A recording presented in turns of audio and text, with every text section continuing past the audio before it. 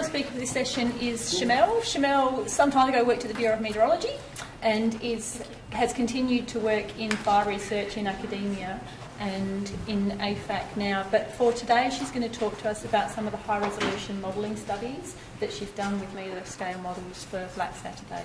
Thanks, Chermelle. Thanks, Mika. And like my previous speakers, I'd like to acknowledge the really terrible conditions that people lived through and went through with the Black Saturday fires, and say that the work that we do it doesn't really compare to, say, fighting the fire on the ground or surviving a fire.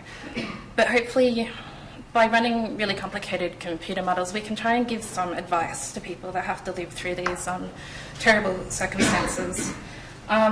What I'm going to talk about today is work that I did during 2 different time periods, working with Todd and Michael. In 2010-2011, I worked with them using an older version of the weather model, and then I worked with them again in 2015 to February 2018 using a later version of the numerical model. And what we found, really, in my mind, I'm looking at it from a different point of view because I'm not Michael, I'm not Todd. So I'm going to come at it from a different perspective. And my thought of it is, what advice would you give to people in the context of stay or go? So when we think about Black Saturday, we tend to think about it as a classic fire day, where you've got winds coming down from the north, and then you've got a cool change coming through, so the wind direction changes, and what was the fire flank turns into the fire head. And that is true. Can everybody see me? I'm sort of standing in front of the computer. All right? Yeah. It is true. But when you look at the really high-resolution computer modelling that we did of these events, there are really subtle things that you find in the modelling which indicate that that was not the entire story. Todd talked just previously about the development of the boundary layer rules. When we actually did that work, we were the first people to try and run access in the university sector. I was the person sitting at the desk trying to set it up and get it to run through multiple hard times. When we eventually got it to run, we noticed that there were these lines and structures. So what we did was we went back and we changed one setting, which allowed the boundary layer to develop to whatever height it wanted to develop to. The previous time we ran it, it developed to 3.5 kilometres high. When we went and reset the settings for the model and allowed the boundary layer to go as high as it wanted to, it came with a boundary layer height of 5 kilometres. To me, personally, this is the most interesting part of the story. And the reason why the 5 kilometre depth of the atmosphere is so interesting to me is because when you read the literature, what you'll find is that 5 kilometre depth of an atmosphere is more thought of more often in desert scenarios. So like in the Sahara Desert or something, when you've got heating and you've got heat that stays in the atmosphere and gets re-pumped up the next day. So having a 5 kilometre deep atmosphere near coastal Victoria is really, really strange. So the winds came from the north, yes, but I'm going to give you another key to that story. And before I do that, I was going to set a timer, but hopefully I won't run out of time. I just want to talk about the benefit of running the multiple times and running to higher resolution. And if you look at these boxes, this shows you the increase in the resolution of just a field like topography. But going from Nest 1 is a 4 kilometre run all the way down to a 144 metre run. When you use higher resolution models, you give input data that has a lot more detail, ancillary data that has a lot more detail, and you get forecasts out that have a lot more detail and can respond to things like topography. And these runs do take a really long time to run, but they do give valuable information, which can be valuable in hindsight. And the last thing I wanted to say about that was we ran the model twice, once with the UK initial conditions, one with the ECNWF initial conditions. Changing the initial conditions and the setup of the lateral boundaries and all the little tiny modelling details is extremely important. And every time you make a change, you could potentially change the outcome, which is where people in this audience talk a lot about ensemble forecasting. So the ECNWF initial condition is basically the benchmark at that time that was available. So we started from a really good starting point for this model run. And this model, the upgrade of the model, had less smoothing in it. So it allowed more detail to be preserved throughout the running of the model. And the main findings of what we found was that this 5-kilometre deep boundary layer is actually connected to what Michael was talking about this very large scale weather pattern, and I'm going to walk you through it in a second. And that sets up the scene to have a really deep, fast boundary layer, and the deep, fast boundary layer changes the progression of the front.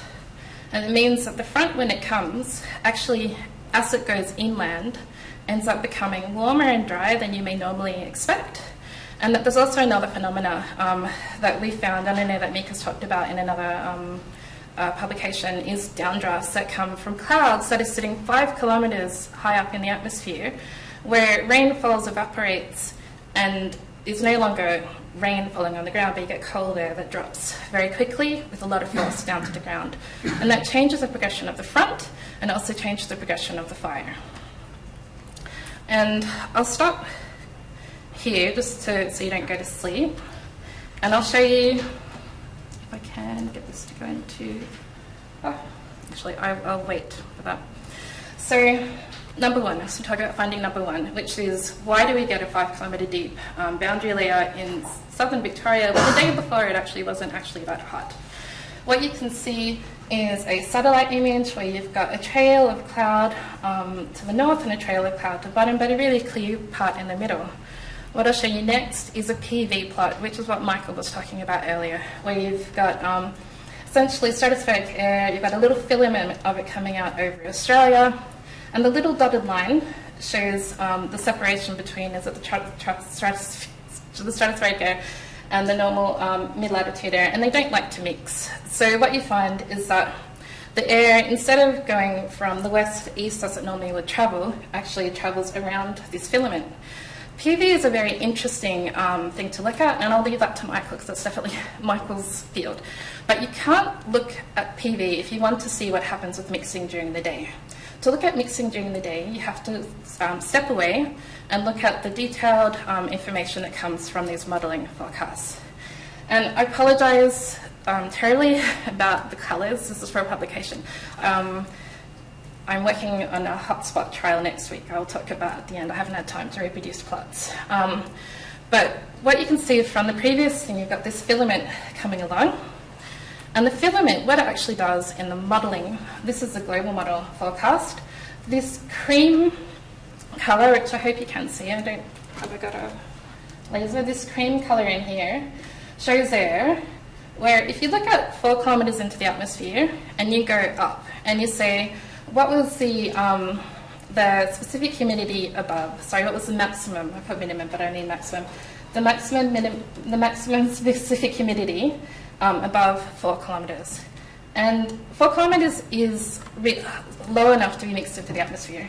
And you find that near the PV filament, you have this patch of air which is extremely dry, quite near to Queensland. And the other 2 colours here, so these are steps in time. So this is, I think, around about 10 a.m, this is overnight, and then this is, 10 a.m. during the day, and then late in the afternoon. The other colours tell you about what's happening, what's the maximum specific humidity throughout the whole entire 70-level profile that we had from the model data. And the purple and pink tell you regions over Australia where the specific humidity over the whole entire profile was no more than either 6 grams per kilograms or 8 grams per kilograms. This is extremely dry air. And the dryness around Queensland mixes down into the lower atmosphere throughout the day, and it has high momentum.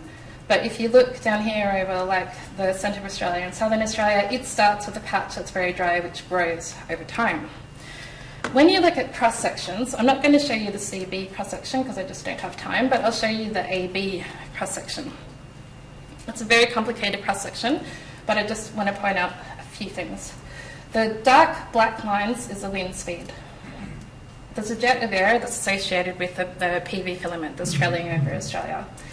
And underneath that jet, you see the really dry air at the start of the day. And during the day, just in a little region, it mixes down into the lower part of the atmosphere. And you end up with a part of the atmosphere which is very dry, very hot, and it's near the coast.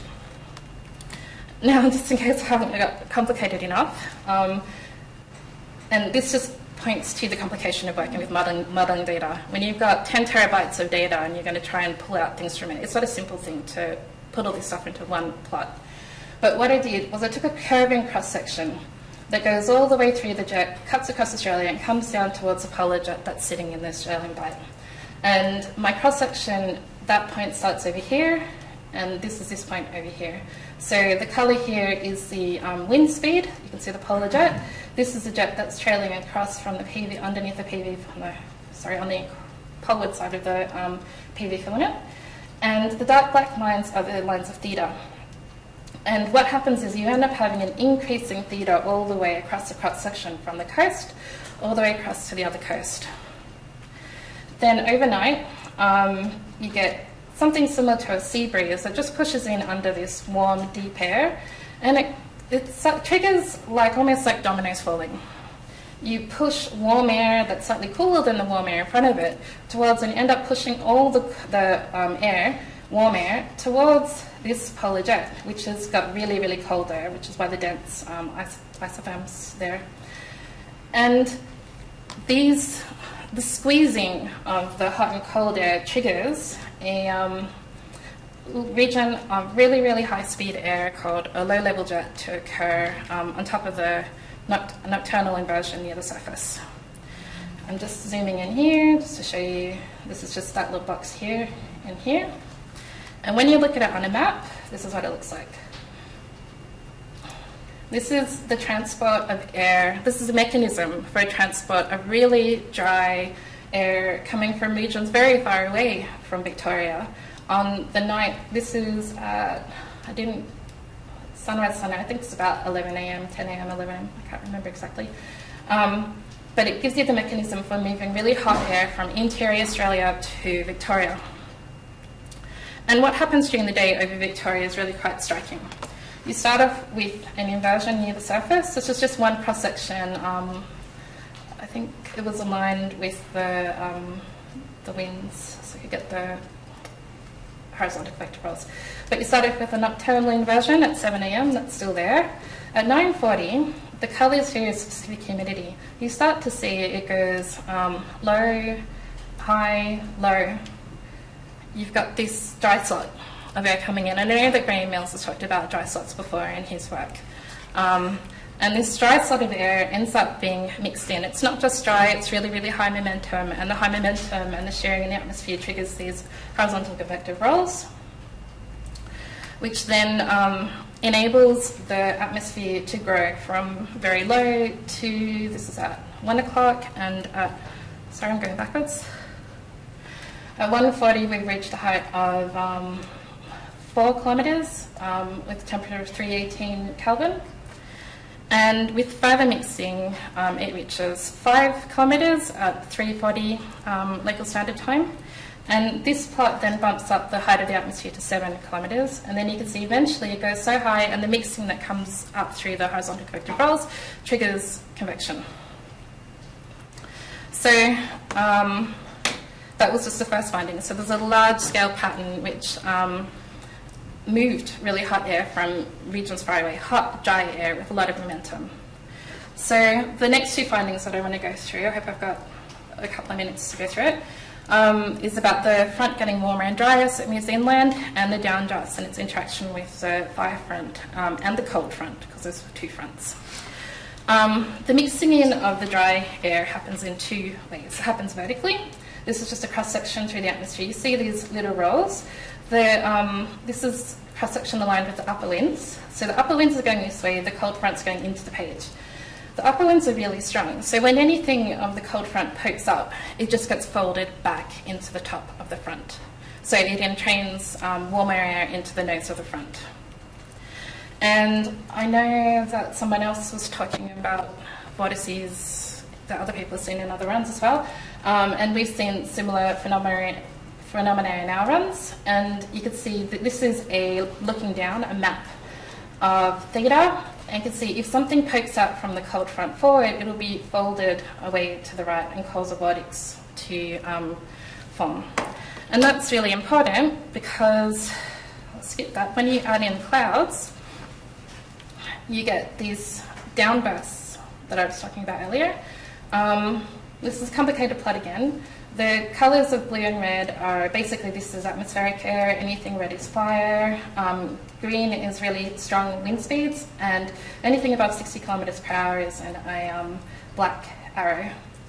And this is just a progression of one cold burst as it went through and it interacted with the fire.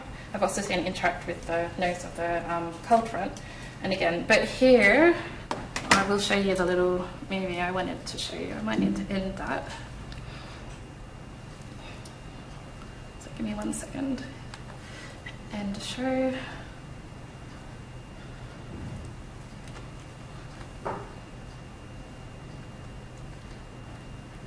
So this is similar to the movies that you've seen from Michael and Todd. It's just a different way of looking at it again. So anything in the red is a temperature being released into the atmospheric model by the coupled fire model. Blue later will show you the progression of the cold front. Orange is just strong updrafts, and green is strong winds. So you can see the fire progressing through the day with the spotting that was put into the model by Yossi. And soon, here comes the cold front. Now the interesting thing about this picture is just how many things are going on in it. You've got a cold front with lots of detail along the front of it. You've got this falling cold air, which has fallen from really, really high up in the atmosphere, falling and forcing horizontal movement and uplift of air. It comes just before the front, and some of this wind from it, here, if I just highlight that, pushes into the fire, causes the fire to flare, and then the fire is hit by the cold front. It happens again there, you can see another cold, see that flaring? And then the heat that's being released by the fire actually changes the progression of the cold front over it. So where a cold front might have turned a fire off or something, in this case the fire is going through really hot air that the atmosphere is getting from the coupled model, and it's getting weakened as it goes through. So how this relates to the very first thing I was talking about in terms of staying and going is it wasn't just wind that came from the north. I know everybody knows that, but the characteristics of the depth and the high momentum that was going through the atmosphere caused all these other phenomena that would have caused really erratic, well, could have caused really erratic fire behaviour. And by running such high resolution models, it helps to highlight things which, although they're not going to be in the perfect place where they would have been exactly on the day, they just help to teach people that it's going to be really, really difficult to sometimes tell where the wind's coming from when you're going to have really sudden passing changes. And someone mentioned earlier as well the upper level of the atmosphere having different winds to the lower level of the atmosphere. The cold front, because it's so shallow, what we found from looking at the model is that you have a change in direction of in the lower part of the atmosphere, but at the higher part of the atmosphere it doesn't change at all. It takes a long time for it to change. The atmosphere is just so deep that it's a really, really complex scenario. And I will finish in 1 second.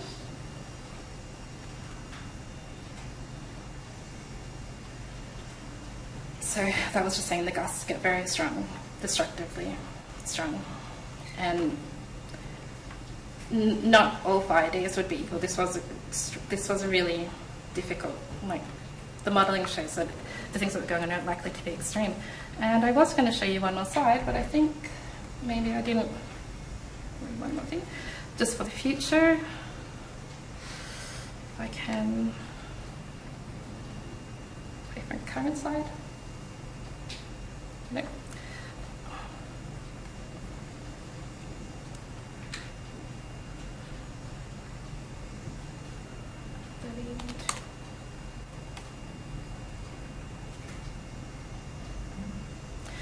And I was just going to end on what I'm actually working on at the moment. So that was work I used to do at Melbourne University and then at Monash. And the work that I'm working on now is with RMIT, detecting hotspots, fire hotspots from the Himawari satellite. And yeah, we're going to be running a trial starting next week. And Michael mentioned earlier that getting hotspots into models is not a trivial thing. Finding the hotspots is also not trivial. So having satellite data might be something that might be useful in the future for fire weather forecasting as well. And I'll end there.